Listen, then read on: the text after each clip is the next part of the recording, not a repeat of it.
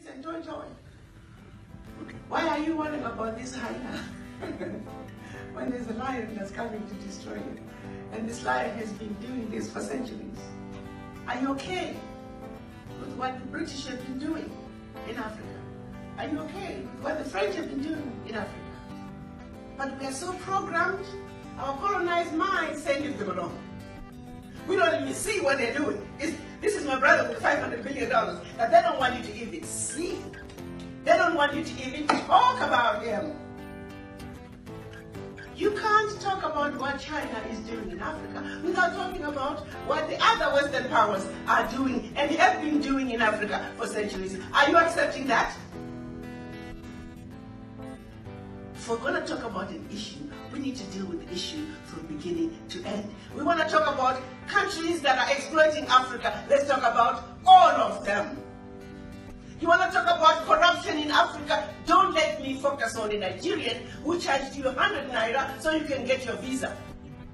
So I can ignore France.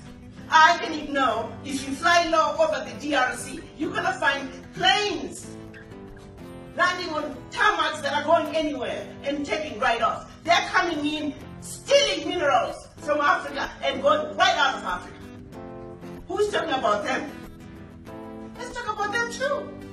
The reality is, if Africa, all of Africa, was to cease to be corrupt today, there would still be corruption in Africa. Dollar-wise, the bulk of the corruption coming into Africa is from outside. Who is going to talk about those multinationals? I look at DRC. I feel sorry for whoever is going to be the next president of DRC. The multinationals that are exploiting the DRC because of the instability in the country, they are not going to want to see stability. An unstable Africa is an Africa that can be exploited, and they have been doing this for centuries. So I ask those who talk about, well, what about, so what are you going to do? We're talking about strategizing corruption in Africa. I'm saying you're missing something.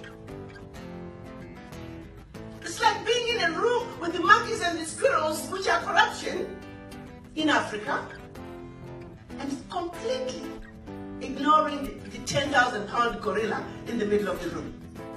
I am saying, while we are talking about the corruption that are the monkeys and the squirrels in the room, let's not forget the 10,000-pound gorilla. Let's start with the 10,000-pound gorilla in the room in the form of the multinationals from the West.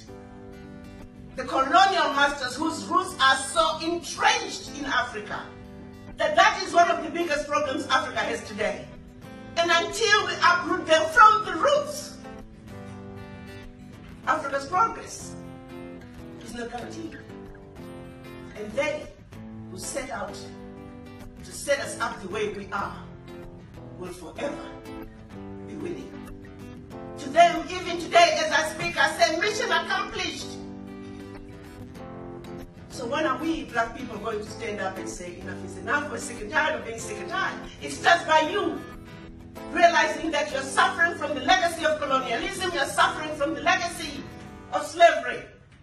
You see, a colonized African mind is the worst thing for Africa. It's absolutely dangerous.